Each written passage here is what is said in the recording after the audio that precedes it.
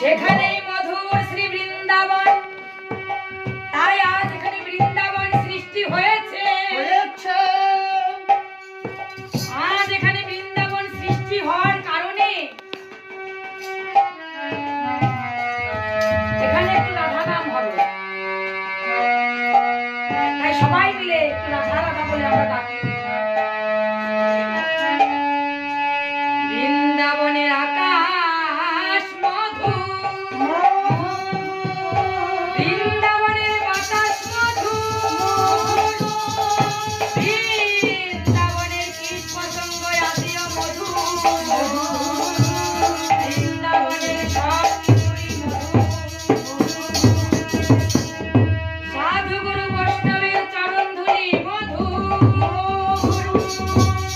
সুমধুর হইতে সুমধুর আমার রাধা গোবিন্দের লীলা কথা।